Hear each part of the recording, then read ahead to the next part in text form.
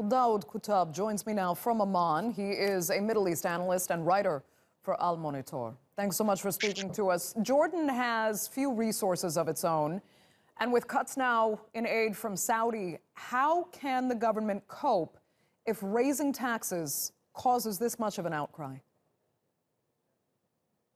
It's a problem that Jordan has. It is between a rock and a hard place. The problem is that they have tried to widen and deepen the income tax groups, and it has increased the taxes on the middle class, and it's actually the middle class and professionals who are actually leading the protest now. I think the problem is more with the process than with the content. I think people need to really trust that the government is telling them the truth, and they need to be involved in serious negotiations and discussions before a kind of an agreement is reached. What happened with Hani al-Mulki is that he never had a discussion with the people. He just tried to railroad down everybody's throat the economic package that IMF had agreed to, and this produced a very angry response. You're saying they're between a rock and a hard place, though. I mean, economically, are there options available for the government? Because the economic future of Jordan has been questioned with, again, the lack of resources, the fact that there's a real dependence on foreign aid in many cases. What are the options here? You know, unless the Syrian and Iraqi borders open, which really has shrunk the economy, basically the government has either to increase the revenue or decrease the expenses.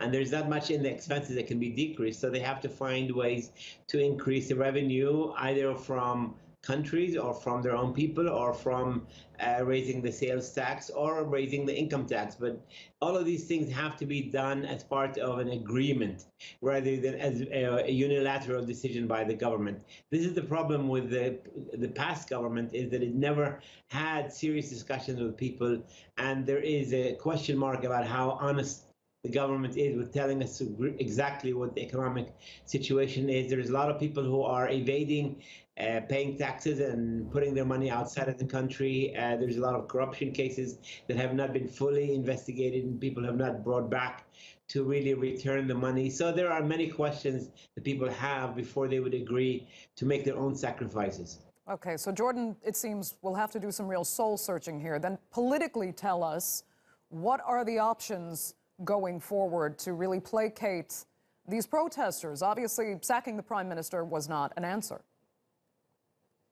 Well, the sacking of the prime minister has not resolved the problem, because the people have said our problem is not with individuals, but with the policy. So the new prime minister has not yet been designated, although rumors are strong that Mr. Razaz will be the next prime minister. I think what he can do is he can start a discussion. And right now, the protesters will only agree to stop the protest if the tax law is withdrawn.